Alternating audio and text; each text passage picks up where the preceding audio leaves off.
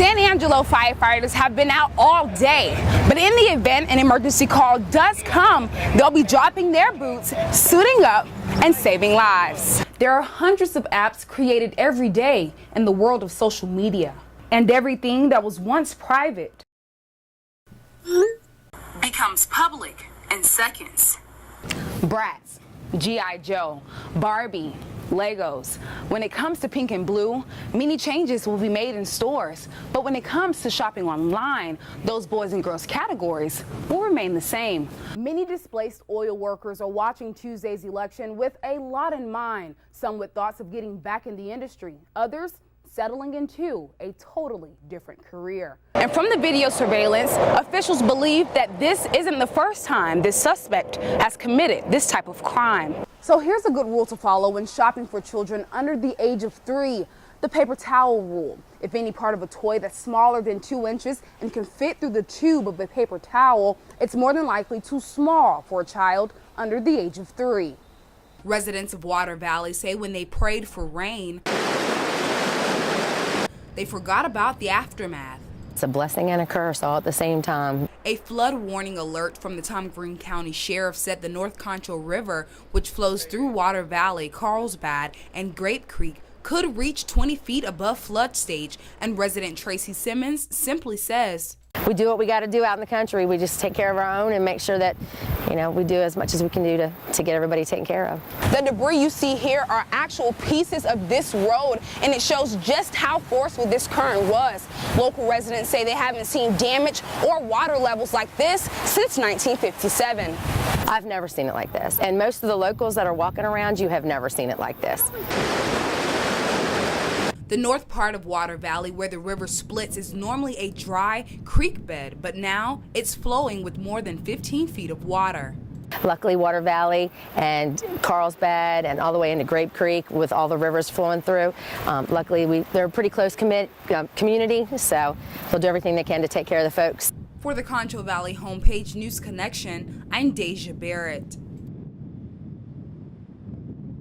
All right, so my name is Megan Beecher, and I deliver mail in my hometown of San Angelo, Texas. Whoop whoop!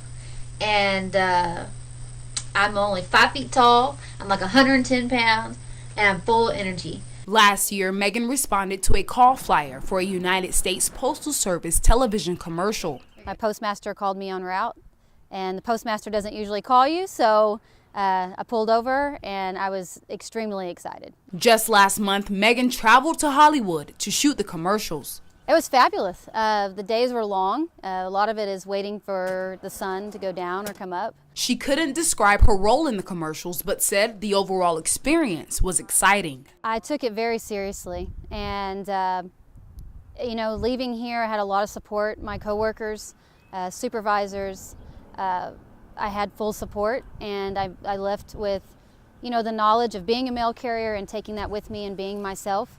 And that's why I got chosen. I was myself in the video. That's how you do it. Sometimes I dance. Yeah. Woo. Sometimes people think I'm crazy, but I just like to have fun at work. She's only been with USPS for 2 years, but responded to her years of service with this. I remind myself that I'm here and I'm in the now, right now, and I am the future of the United States Postal Service. Megan was told the commercials would air this year at the end of March and sometime in July. For your News Connection, I'm Daija Barrett. When I asked some students at Angelo State University about the new campus carry law, their responses all started out something like this. Yes, During the last legislative session, Texas lawmakers passed a law that allows licensed holders to carry concealed handguns inside classrooms on public college campuses across the state. Our position is it's a law. It's been passed by the legislature.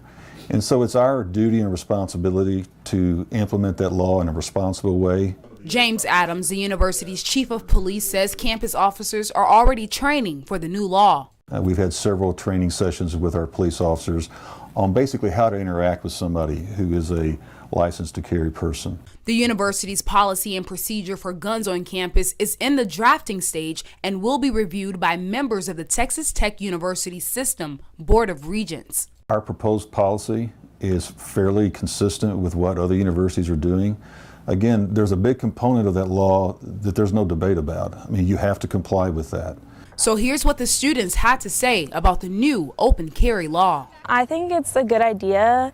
I just feel safer with it. Campus carry does have a lot of mix-ups as to whether it's a pro or a con, but I mean, I'm pretty positive with the idea. I feel like it's a good idea.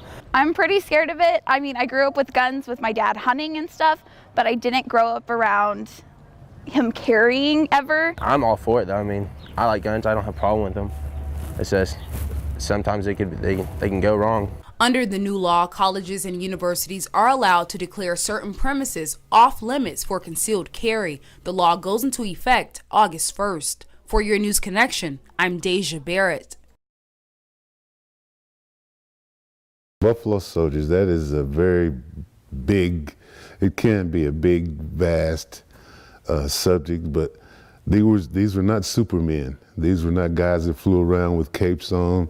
These were just average men that were trying to make a living for themselves. The average Buffalo soldier was illiterate, no English, because they were ex-slaves. The majority of men living back during the 1870s were either slaves or ex-slaves. In 1866, an act of Congress allowed black men to enlist in the Army. Growing up on a plantation, you worked hard, you ate very little, and that made you strong, willing, and able, you know, which is what the Army wanted, a strong, able man to work all day, and that's what these men got. 4 infantry regiments and 2 cavalry regiments were established. They were called the Buffalo Soldiers. This is just a nickname given to some black men riding across the prairie, seen by some Plains Indians. They had never saw a black man before, so they kind of compared them to the buffalo. Their hair was curly and kinky, their skin was dark, and their tenacity reminded them of how the buffalo was. They had so much pride that no matter what the circumstance was, if they were given an order or a command, they went about it without question. Buffalo Soldier, that's the Army. They were in the U.S. Army. Buffalo Soldiers is just I don't want to say a phantom, but it's a story that has followed these gentlemen. They would never have referred to one another as Buffalo Soldier. You know, this is a story that came about after their passing. For your News Connection, I'm Daija Barrett.